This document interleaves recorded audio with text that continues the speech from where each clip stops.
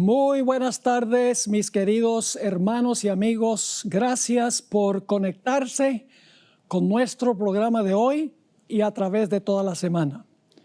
Es un placer estar con mis hermanos y hermanas del hermoso país de Chile, también con muchas personas que están conectadas en diferentes partes del mundo. Parece que las noticias se riegan y estamos contentos por eso. Durante el transcurso de esta semana vamos a estudiar temas de suprema importancia. Así que quiero animarles de que no se pierdan ni un solo tema.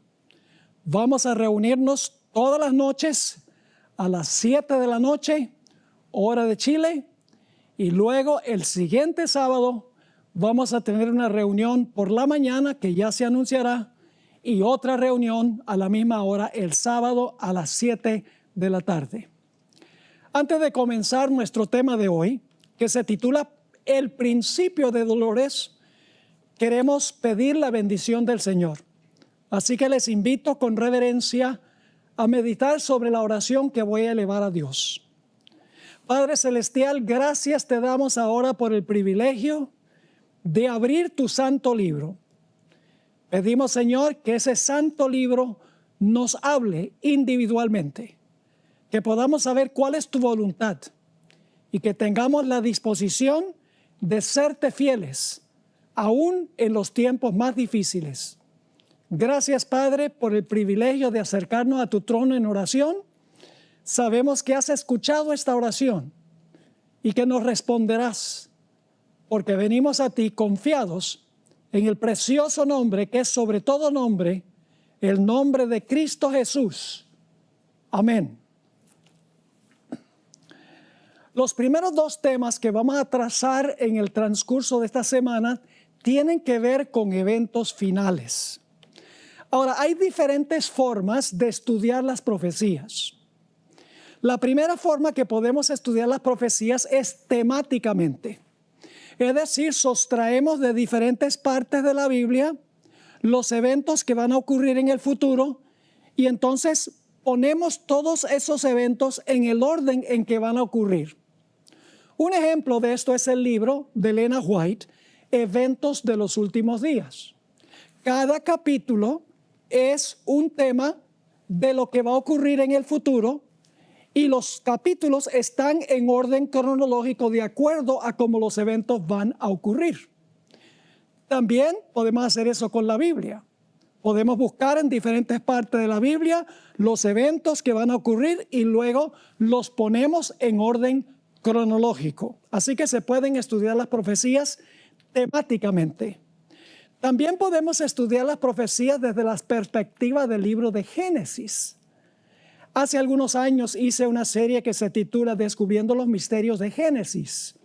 Y mostré que las historias de Génesis no solo son historias, sino que son profecías.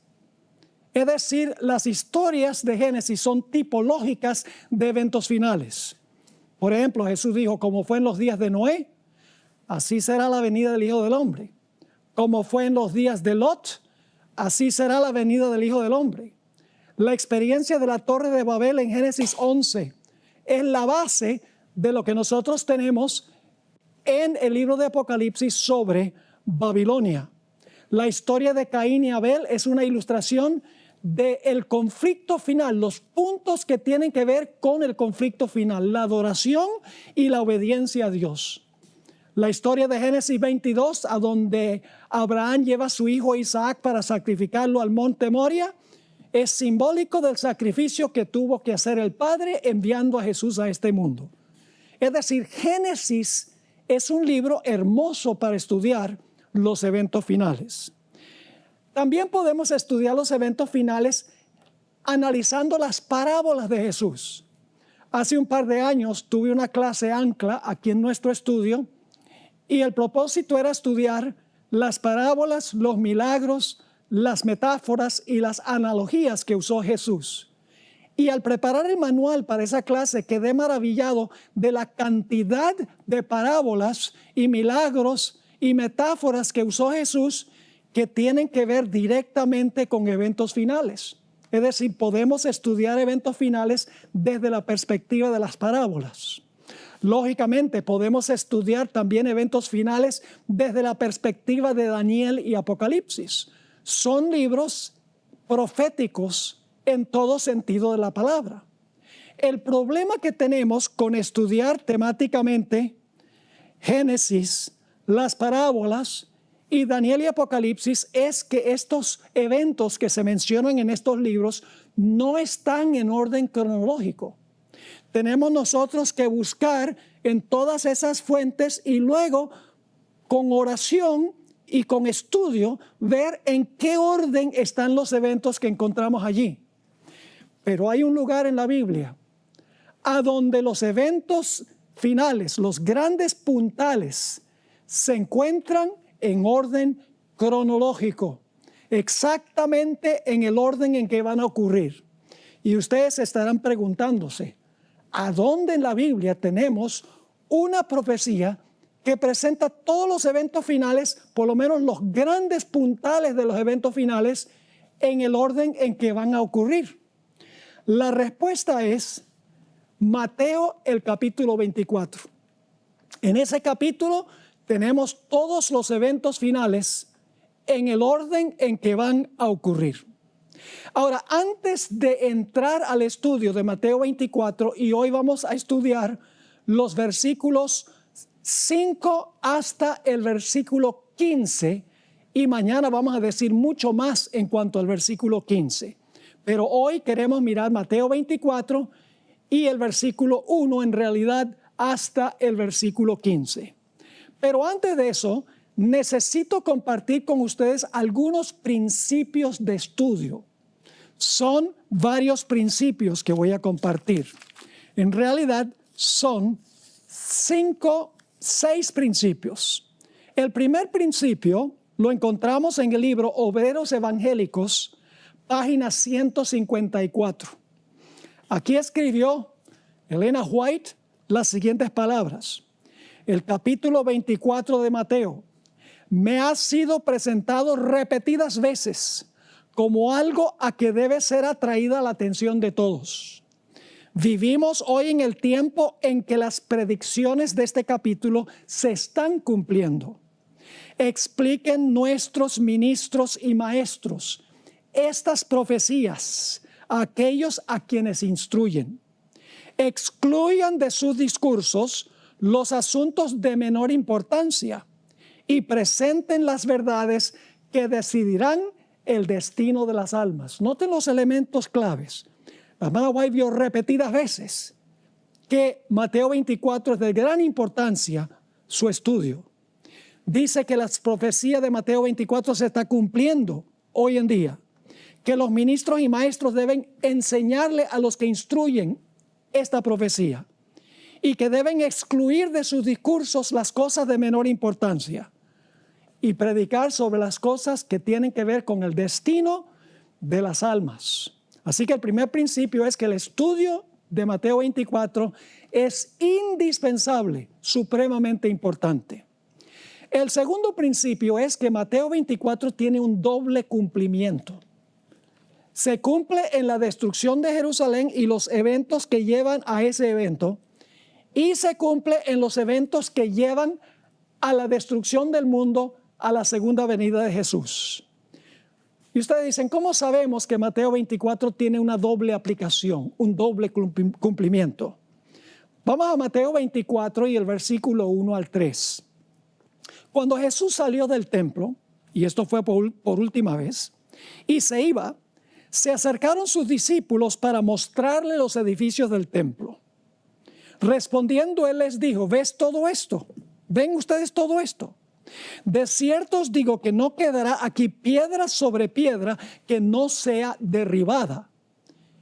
Y estando él sentado en el monte de los olivos, los discípulos se le acercaron aparte diciendo, ahora noten que los discípulos van a hacer 2 preguntas a Jesús, 2 preguntas. Dice en el versículo 3 nuevamente, y estando él sentado en el monte de los olivos, los discípulos se le acercaron aparte diciendo, dinos, ¿cuándo serán estas cosas? Acaba de hablar de la destrucción del templo, no iba a quedar piedra sobre piedra, pero ahora hacen otra pregunta. ¿Y qué señal habrá de tu venida y del fin del siglo? Es decir, del fin del mundo. Ahora, los discípulos pensaban que los dos eventos iban a ocurrir al mismo tiempo. La destrucción del templo y la destrucción del mundo. Ellos pensaban que eso iba a ocurrir al mismo tiempo. Jesús sabía que la destrucción del templo y lo que ocurre al final de la historia son dos eventos separados por muchísimos años. Pero lo que hizo Jesús fue entremezclar las dos aplicaciones, los dos cumplimientos de Mateo el capítulo 24.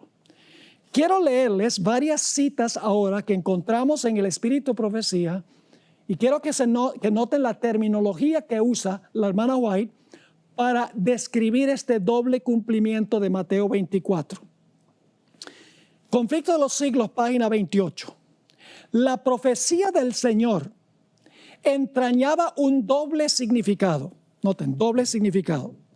Al par que anunciaba la ruina de Jerusalén, presagiaba también los horrores del gran día final.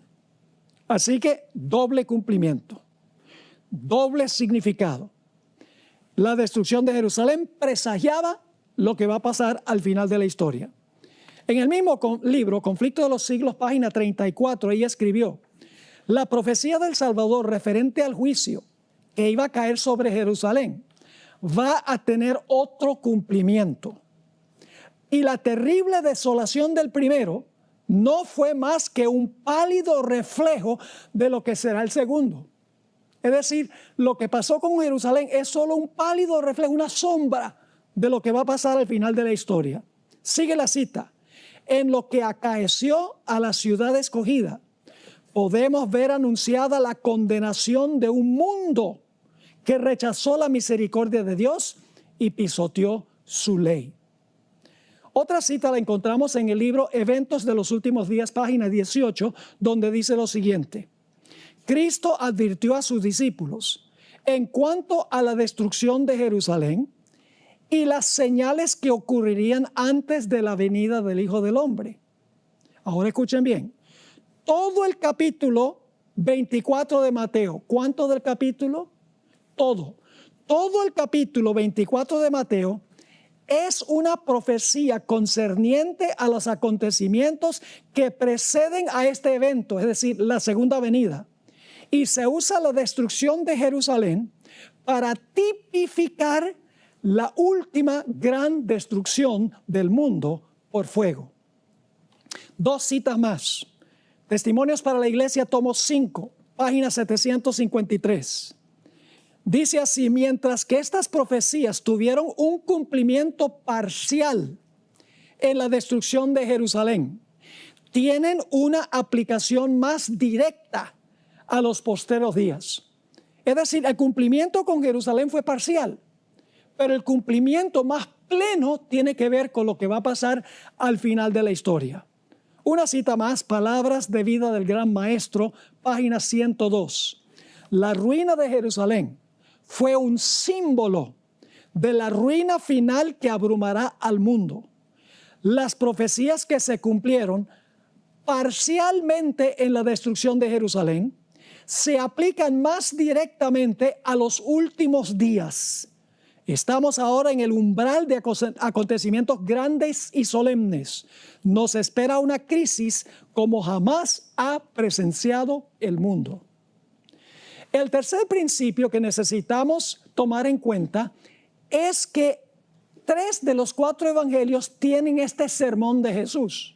No solamente aparece en Mateo 24, sino que aparece también en Marcos 13 y en Lucas 21. Quiere decir que debemos comparar los 3 evangelios, porque Marcos y Lucas dicen cosas que Mateo no dice, y Mateo dice cosas que Marcos y Lucas no dicen. Solo cuando estudiamos los 3 evangelios sinópticos juntos, tenemos un cuadro completo de lo que va a ocurrir. El siguiente principio, el principio número 4, es que Jesús predicó este sermón no para convencer a los mundanos de que las señales indican que Jesús está próximo a venir. Es decir, el enfoque del capítulo no está sobre los incrédulos, sobre la gente secular, sino para el pueblo de Dios. Ahora, no me entiendan mal. No hay ningún problema con usar Mateo 24 en campañas evangelísticas para hablarle a los asistentes en cuanto a las señales que están ocurriendo en el mundo hoy que indican que Cristo viene pronto. No hay ningún problema con eso. Pero la intención original de Mateo 24, de las palabras de Jesús, era que sus seguidores no fuesen engañados. Las señales eran para los seguidores o son para los seguidores de Jesús, para que no sean engañados, para que no pierdan la fe cuando venga la persecución. Y ustedes dicen, ¿cómo sabemos eso? Bueno, vamos a Mateo 24 y vamos a leer algunos versículos aquí rápidamente. Mateo el capítulo 24 y el versículo 4. Mateo 24 y el versículo 4. Jesús le está hablando a sus discípulos. Respondiendo Jesús les dijo, mirad que nadie os engañe. Es decir, miren que nadie los engañe a ustedes, mis discípulos. Noten lo que dice el versículo 15, que vamos a llegar a eso esta noche para solamente introducir el estudio de ese versículo. Dice Jesús a sus seguidores, pero cuando veáis en el lugar santo la abominación asoladora de que habló el profeta Daniel, el que le entienda, entonces los que están en Judea huyan a los montes. Es decir, iba a haber una señal, la abominación asoladora, que le iba a indicar a los seguidores de Jesús que huyeran. Los que no eran discípulos de Jesús no hubieran entendido la señal. No hubieran sabido que esa señal iba a causar que ellos huyeran. Es decir, la señal de la abominación asoladora era para los seguidores de Jesús. Notamos también los versículos 24 al 27. Vamos a leer el 23 para el contexto. Entonces, si alguno os dijere, recuerden que está hablando a sus discípulos, mirad, aquí está el Cristo, o mirad, ahí está, no lo creáis. Porque se levantarán falsos cristos y falsos profetas, y harán grandes señales y prodigios, de tal manera que engañarán, si fuere posible. Ahora, ¿cuál es el enfoque de Satanás? Aún a los que, aún a los escogidos. Versículo 25, ya os lo he dicho antes. Así que, si os dijeren, mirad, está en el desierto, no salgáis. O mirad, está en los aposentos, no lo creáis. Porque como el relámpago que sale del oriente y se muestra hasta el occidente, así será también la venida del Hijo del Hombre. Así que notamos que el enfoque de Satanás es sobre los escogidos, para tratar de engañar, si fuere posible, a los escogidos. Noten también el versículo 42. Dice Jesús aquí a sus seguidores, velad pues, porque no sabéis a qué hora ha de venir vuestro Señor. Es decir, son siervos del Señor aquellos a quienes le está escribiendo Jesús o predicando Jesús. Y luego, cuando termina Jesús el sermón, encontramos que contó varias parábolas. La parábola del siervo infiel. El siervo infiel profesaba servir al Señor, pero era infiel. Es decir, el enfoque de esa parábola es, no seas infiel si eres siervo mío. Luego Jesús contó la parábola de las 10 vírgenes. Las 10 vírgenes profesaban seguir a Jesús. Todas tenían lámparas. Es decir, el enfoque es sobre creyentes, no sobre los incrédulos, aunque también los incrédulos necesitan escuchar estas cosas. Luego tenemos la parábola de los talentos. Noten que los 3 que recibieron talentos profesaban seguir a Jesús. Y luego la parábola de los corderos y los cabritos. Nuevamente los cabritos profesaban seguir a Jesús, pero en realidad no eran fieles. Es decir, este principio, el cuarto principio, es que Mateo 24 tiene un enfoque especial para aquellos que profesan el nombre de Cristo Jesús. El siguiente principio, el número 5, es que los eventos de Mateo 24 están en orden cronológico, exactamente como van a ocurrir. Y ustedes pensarán, ¿cómo sabemos eso? Sencillamente porque el capítulo tiene varias expresiones temporales. Se las voy a mencionar. Mateo 24:6 dice, va a haber guerras y rumores de guerras, pero aún no es el fin. Luego menciona pestilencias, hambres y terremotos, y dice, solo principio de dolores. Y luego hay una palabra muy importante que se usa 9 veces en el capítulo. La palabra entonces. Esa palabra griega, tote, indica un evento que sucede cronológicamente después de otro. Esto, y entonces esto, y entonces esto, y entonces aquello. Es decir, la palabra entonces, que se usa repetidas veces en el capítulo, indica una secuencia cronológica de eventos. Ahora vamos a mencionarles los versículos a donde aparece la palabra entonces. Capítulo 24 y el versículo 9 dice, entonces os entregarán a tribulación y os matarán. Versículo 10, entonces muchos tropezarán. Versículo 14, será predicado el evangelio y entonces vendrá el fin. Mateo 24:16, cuando vean la abominación asoladora, entonces los que estén en Judea huyan. En Mateo 24:19 hay otra expresión temporal, aquellos días.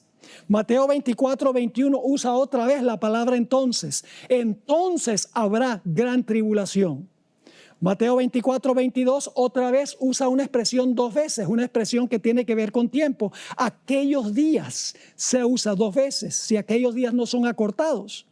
La palabra entonces aparece nuevamente en el versículo 23.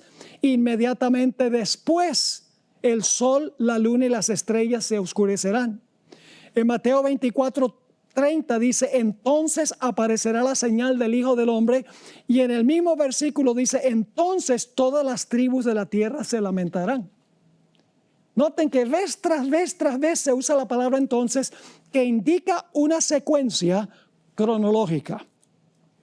El último principio que queremos notar en el estudio de Mateo 24 es que Mateo 24 y el conflicto de los siglos, escrito por Elena White, siguen el mismo orden de eventos.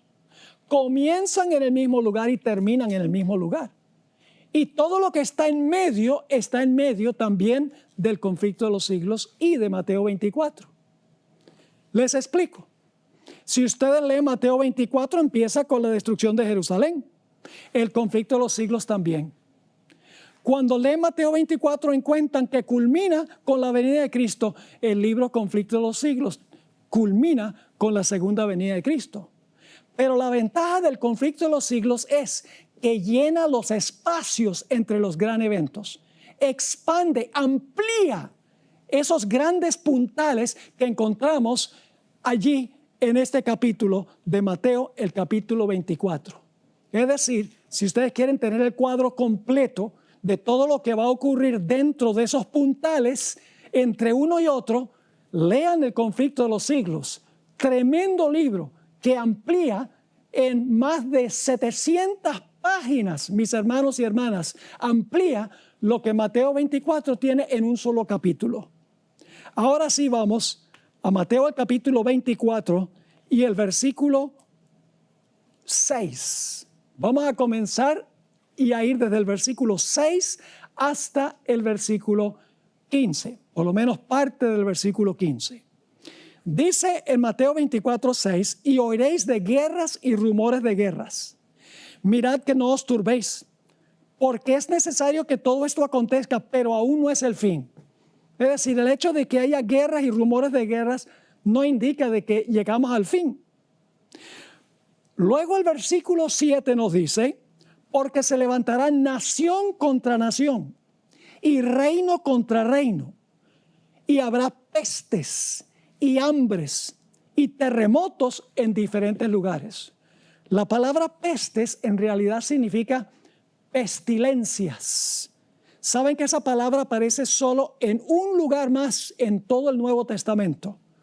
En Hechos 24 y el versículo 5, a donde acusaban al apóstol Pablo de esparcir doctrinas pestilentes que habían ido a todo el mundo. Es decir, una pestilencia que va a todo el mundo, significa esa palabra, como el coronavirus que nosotros estamos viendo ahora. Dice ahí en Hechos 24:5, los acusadores del apóstol San Pablo, porque hemos hallado que este hombre es una plaga, es la misma palabra pestilencia, y promotor de sediciones entre todos los judíos por todo el mundo, y cabecilla de la secta de los nazarenos. Pestilencia, hambres y terremotos. Ahora, el Evangelio según San Marcos agrega otra señal que no está en Mateo. Marcos 13:8 agrega la palabra alborotos. Dice allí en Marcos 13:8, porque se levantará nación contra nación y reino contra reino, y habrá terremotos en muchos lugares, y habrá hambres y ¿qué más? Y alborotos. Principio de dolores son estos. La palabra alborotos aquí se refiere a conmociones, tumultos e intranquilidad social, como ustedes vieron en Chile hace unos meses y como se está viendo en algunas ciudades ahora de los Estados Unidos. En Juan 5 y el versículo 4, esa palabra se usa para hablar de las aguas que supuestamente el ángel agitaba en el estanque de Betesda. En Hechos 12 y el versículo 18 se usa para hablar de un tumulto que hubo entre los soldados romanos. Y en Hechos 19:23 describe un disturbio que se levantó por causa del camino, es decir, por causa de los cristianos. Elena White amplía estos versículos donde habla de guerras y rumores de guerras, pestilencias, hambres, terremotos y alborotos. Quiero leer algunas de sus citas.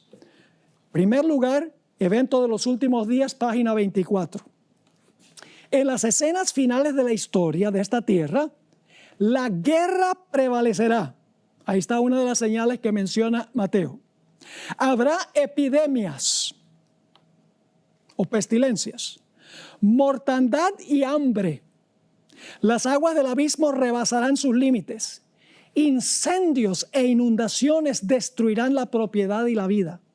Debiéramos estar alistándonos para las mansiones que Cristo ha ido a preparar para los que lo aman. En Evento de los Últimos Días, página 27, ella escribió: aumentarán las hambrunas, las pestilencias barrerán a miles. A nuestro alrededor hay peligros procedentes de las potencias externas y de las operaciones satánicas de adentro. Pero ahora se está ejerciendo el poder restrictivo de Dios. La cita más importante está en el conflicto de los siglos 575 y 576.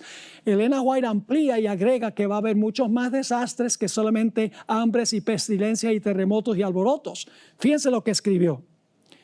El objeto de Satanás consiste en hostigar a las naciones a hacerse mutuamente la guerra, pues de este modo puede distraer las mentes de los hombres de la obra de preparación necesaria para subsistir en el día del Señor. Al par que se hace pasar ante los hijos de los hombres como un gran médico que puede curar todas sus enfermedades, Satanás producirá enfermedades y desastres, al punto que ciudades populosas sean reducidas a ruinas y desolación. Ahora mismo está obrando. Ejerce su poder en todos los lugares y bajo mil formas. En las desgracias y calamidades de mar y tierra, en las grandes conflagraciones, en los tremendos huracanes y en las terribles tempestades de granizo, en las inundaciones, en los ciclones, en las mareas extraordinarias y en los terremotos. Satanás destruye las mieses casi maduras y a ellos siguen la hambruna y la angustia. Propaga por el aire emanaciones mefíticas y miles de seres perecen en la pestilencia.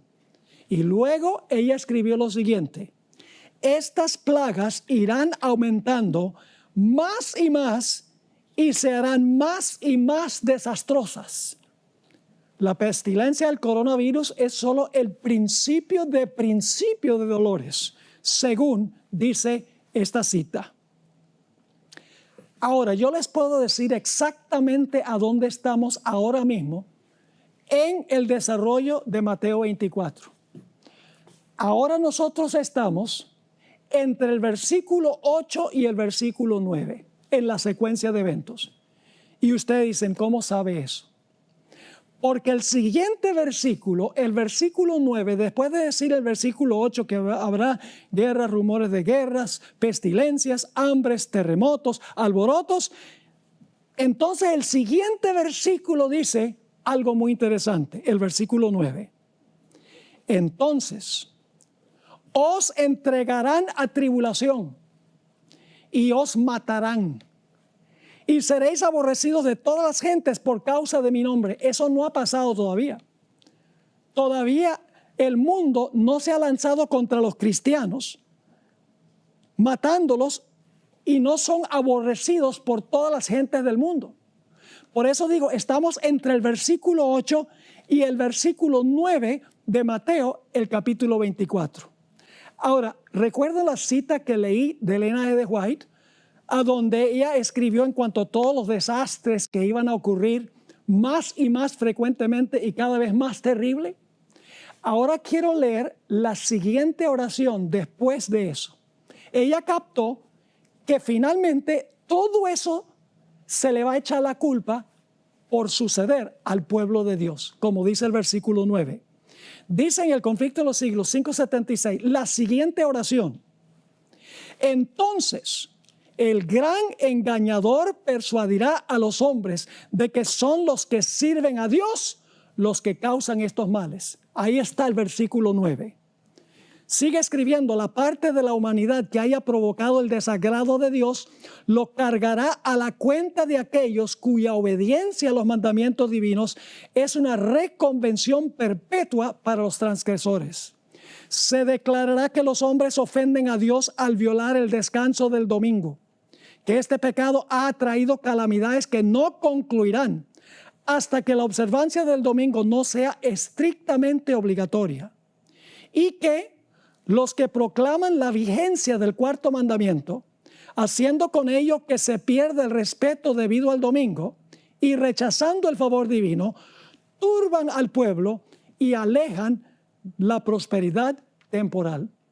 Así que los versículos 7 y 8 dicen guerras y rumores de guerras, nación contra nación, reino contra reino, pestilencias, hambres, terremotos, alborotos. Y luego el versículo 9 dice, entonces los van a perseguir. Eso precisamente dice la hermana White. Después de ampliar eso, ella dice, entonces el gran engañador persuadirá a los hombres de que son los que sirven a Dios los que están causando estos males. Ahora es interesante, la palabra tribulación se encuentra 2 veces en Mateo 24. La primera vez sencillamente dice tribulación, aquí en el versículo 9. Versículo 9 dice nuevamente, entonces, en la conexión con lo que viene anteriormente, entonces os entregarán a tribulación. La segunda vez que se usa la palabra tribulación ya viene con calificativo. En el versículo 21 habla de la gran tribulación. Es decir, va a haber una tribulación antes de la gran tribulación. Ahora, la pregunta clave es, en esa tribulación, ¿quiénes van a perseguir a quiénes? No dice Mateo. Sencillamente Mateo dice, van a entregarlos a tribulación, los matarán, serán aborrecidos de todas las gentes por causa de mi nombre. Pero el Evangelio de Lucas sí dice quiénes van a perseguir a quiénes.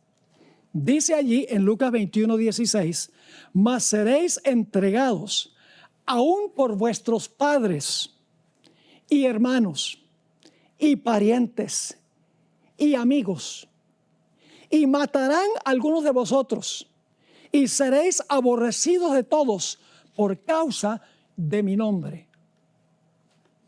Ahora sabemos que familiares entregarán a familiares y amigos entregarán a amigos cuando venga la persecución.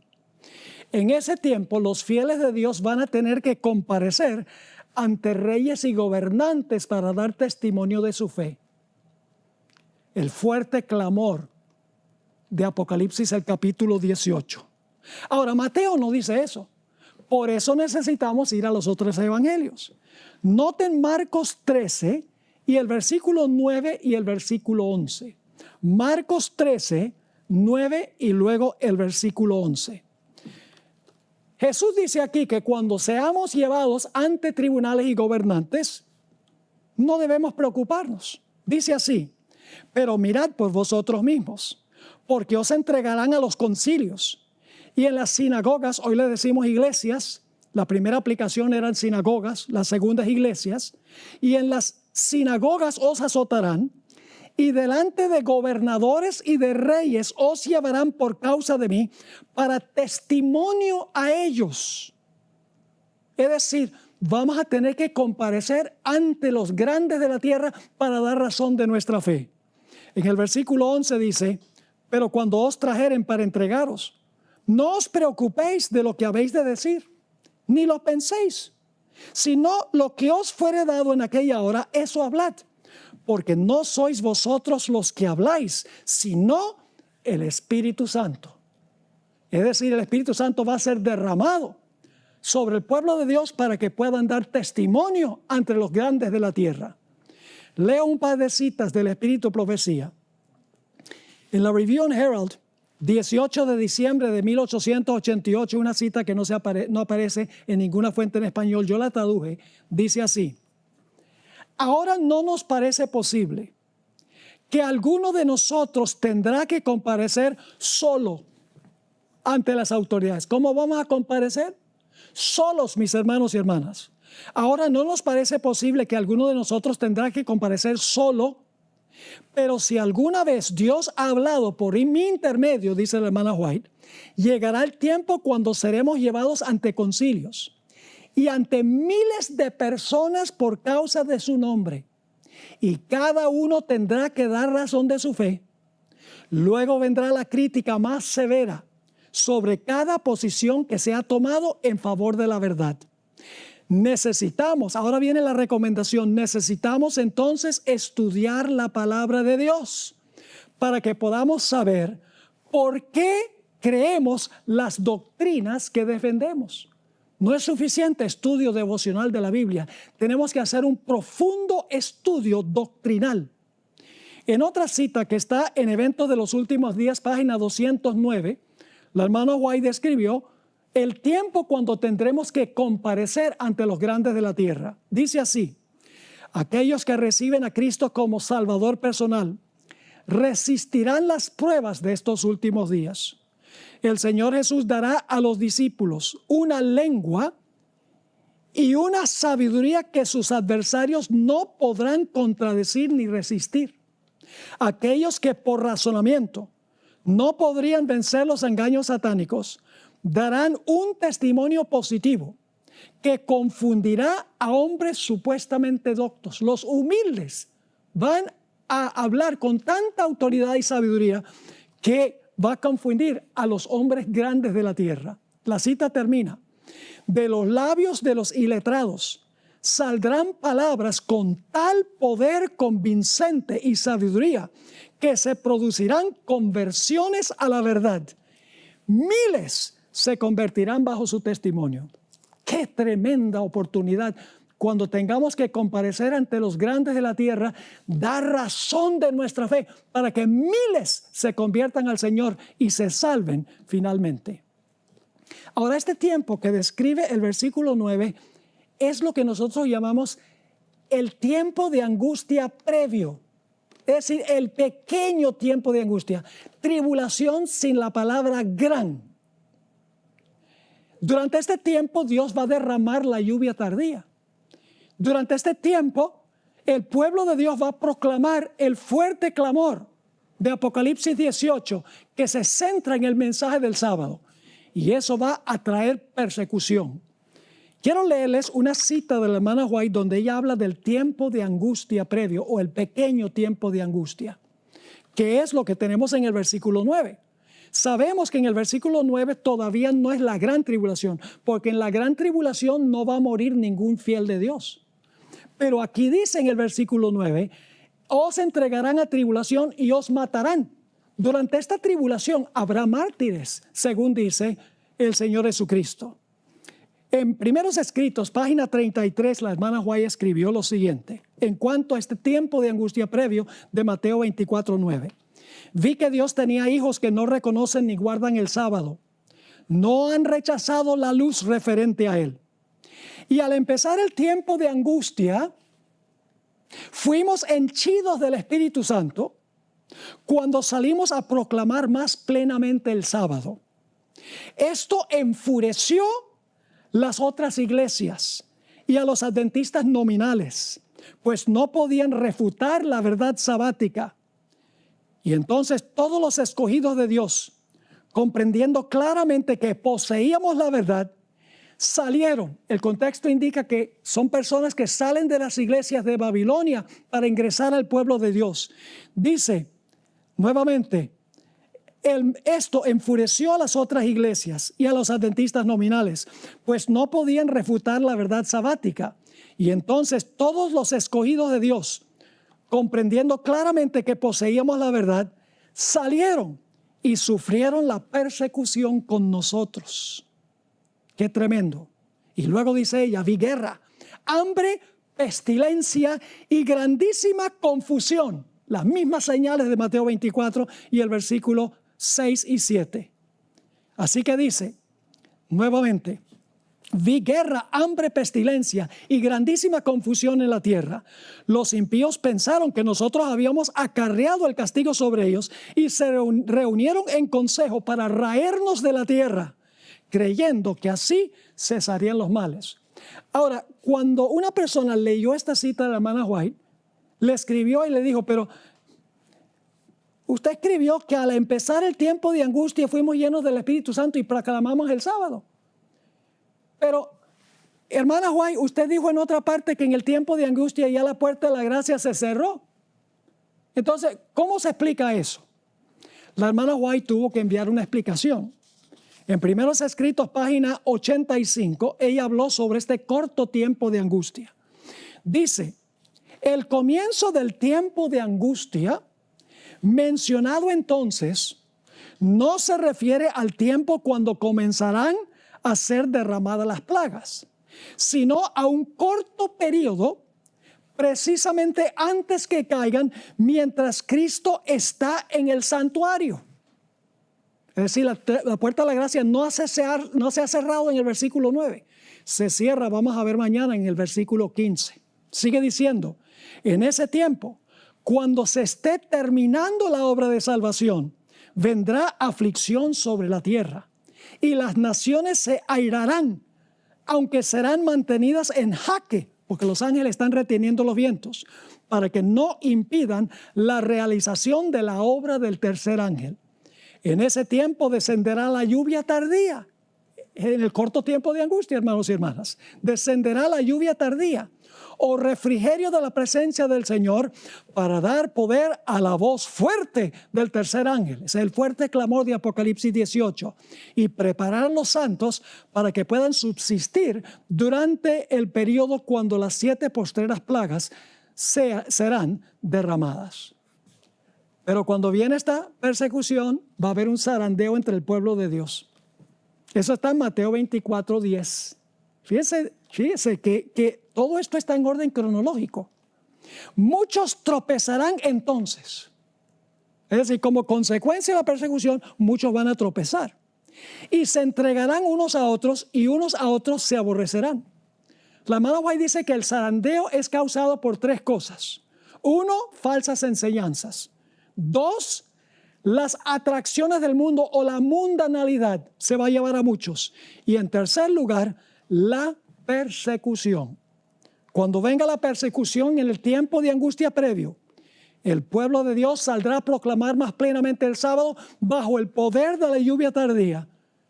Y según esto, muchos en ese tiempo tropezarán.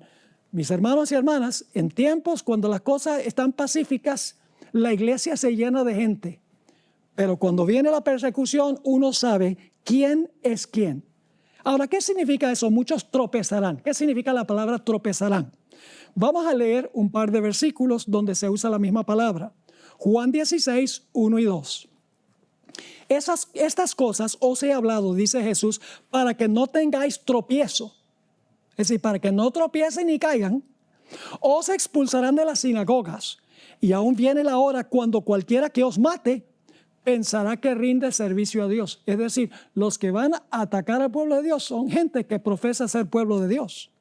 Marcos 4, 16 y 17, en la parábola del sembrador, habla de la semilla que fue sembrada entre las piedras o entre las rocas. Dice allí, estos son asimismo los que fueron sembrados en pedregales, los que cuando han oído la palabra, al momento la reciben con gozo, dicen, aleluya, esto está hermoso. Pero no tienen raíz en sí, sino que son de corta duración. Porque cuando viene, escuchen bien, la tribulación o la persecución por causa de la palabra, luego tropiezan. Elena White también escribió que muchos de los que profesan ser fieles van a abandonar la fe. En el libro Profetas y Reyes, página 431, ella escribió, los que sean fieles a Dios y al deber serán amenazados, denunciados y proscritos. Serán traicionados por padres y hermanos y parientes y amigos. Su única esperanza se cifrará en la misericordia de Dios. Su única defensa será la oración. A veces nosotros pensamos que los peores perseguidores del pueblo de Dios serán los de afuera. Pero en esta cita que voy a leer, Conflicto de los Siglos 5:93, los peores enemigos del pueblo de Dios serán los que no soportan la persecución y se levantan contra el fiel remanente de Dios. Noten esta cita, Conflicto de los Siglos 5:93. Conforme vaya acercándose la tempestad. Fíjense que estos son adventistas, los que ella describe. Conforme vaya acercándose la tempestad, muchos que profesaron creer en el mensaje del tercer ángel. No hay ninguna iglesia que cree en el mensaje del tercer ángel, sino la adventista. Así que dice, conforme vaya acercándose la tempestad, muchos que profesaron creer en el mensaje del tercer ángel, pero que no fueron santificados por la obediencia a la verdad, abandonarán su fe e irán a engrosar las filas de la oposición, uniéndose con el mundo y participando de su espíritu, llegarán a ver las cosas casi bajo el mismo aspecto. Así que cuando llegue la hora de prueba, estarán preparados para situarse del lado más fácil y de mayor popularidad. Hombres de talento y de elocuencia que se gozaron un día en la verdad. Emplearán sus facultades para seducir y descarriar almas. No olviden eso, porque esto está en el siguiente versículo. Así que dice, se convertirán en los enemigos más encarnizados de sus hermanos de antaño. ¡Wow! Cuando los observadores del sábado sean llevados ante los tribunales para responder de su fe, estos apóstatas serán los agentes más activos de Satanás para calumniarlos y acusarlos, para incitar a los magistrados contra ellos por medio de falsos informes e insinuaciones. Es decir, después de la persecución viene el zarandeo, el tropiezo de muchos que no están dispuestos de subsistir en el tiempo de angustia previo y no están dispuestos a sufrir persecución. El siguiente versículo, Mateo 24:11, habla de falsos profetas que se van a levantar en ese tiempo para engañar.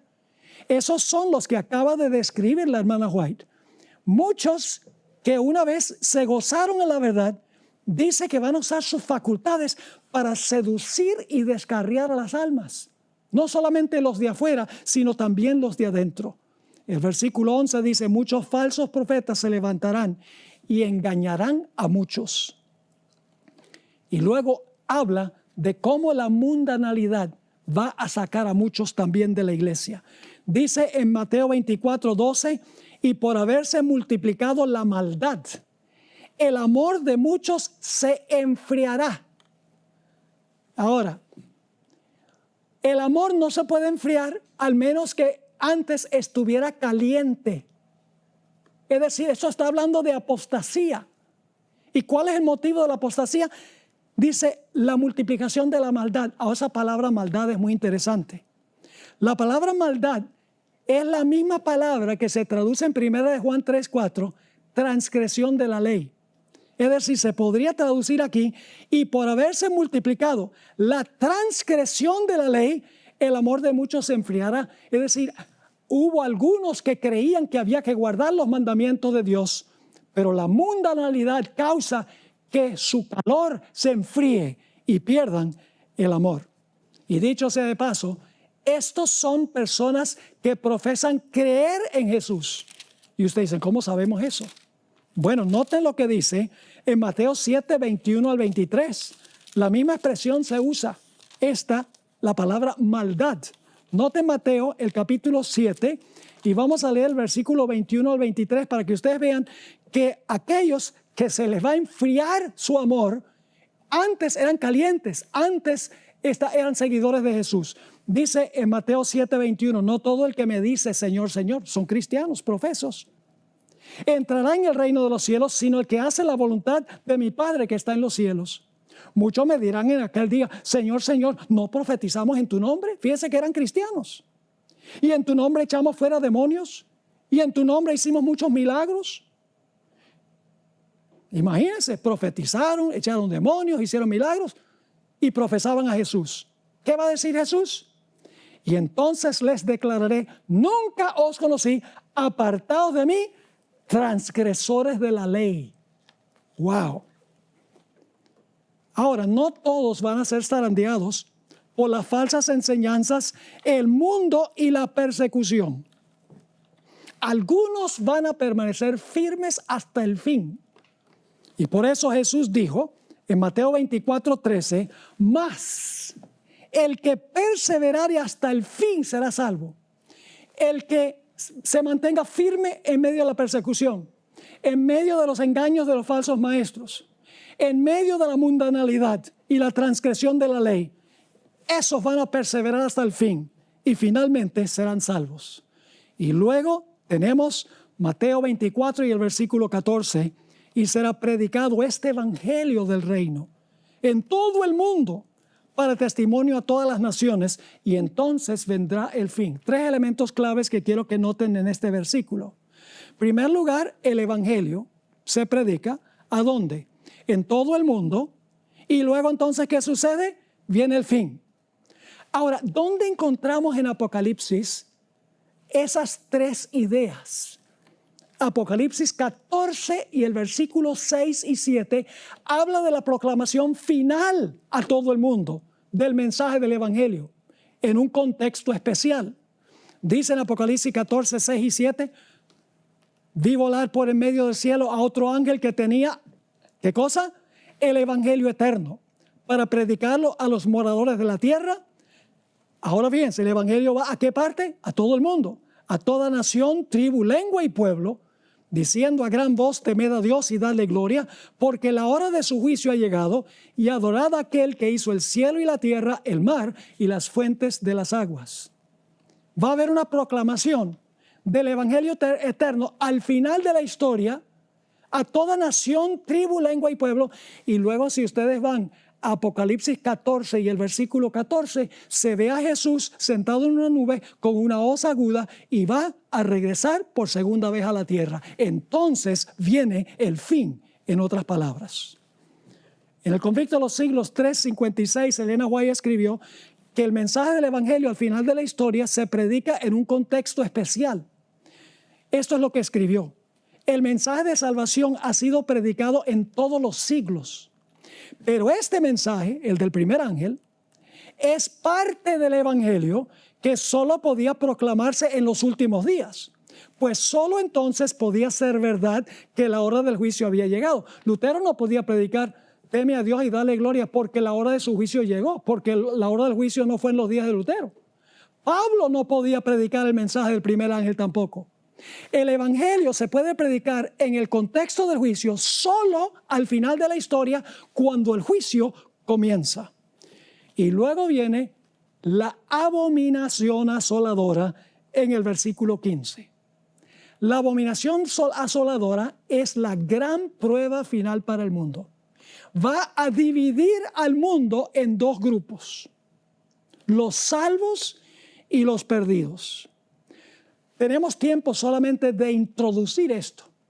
Mañana No se lo pierdan por nada. Vamos a hablar de los eventos que ocurren desde Mateo 24:15 hasta Mateo 24 y el versículo 31. Así que no se lo pierdan. Todavía nos faltan algunas de las cosas más importantes de los eventos finales. Pero vamos a leer Mateo 24, 15 y 16 y lo vamos a comparar con Lucas 21, 20 y 21. Nuevamente hay que ir a los otros evangelios porque nos dan detalles que no están en Mateo. Mateo 24, 15 y 16 dice lo siguiente.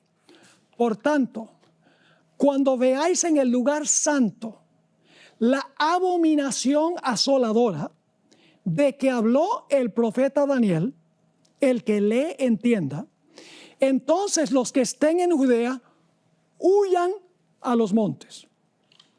Es decir, la abominación asoladora era la señal para los fieles que estaban en la ciudad de que en ese momento, al ver la señal, ellos debían huir de la ciudad para que no fueran destruidos. El Evangelio según San Lucas lo expresa de una forma distinta, radicalmente distinta. Pero mañana vamos a ver cuál es la relación entre Mateo 24, 15 y 16 y Lucas 21, 20 y 21. Noten lo que dice Lucas 21, 20 y 21.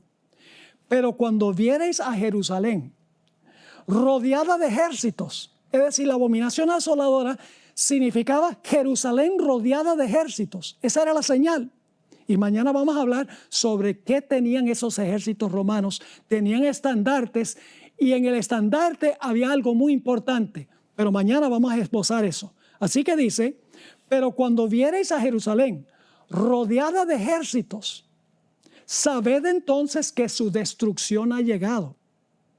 Entonces los que estén en Judea huyan a los montes. En Mateo decía, cuando vean la abominación asoladora, huyan. Aquí dice en Lucas 21, cuando vean a la ciudad de Jerusalén rodeada de ejércitos, huyan a los montes. Y los que estén en medio de ella, váyanse. Y los que estén en los campos, no entren en ella. ¡Qué extraordinario! ¿Cómo Mateo 24 presenta los eventos finales en el orden exacto en que están ocurriendo y van a ocurrir? ¿Y a dónde estamos nosotros ahora en el desarrollo de Mateo 24? Mis hermanos y hermanas, apreciados amigos, estamos ahora entre el versículo 8 y el versículo 9.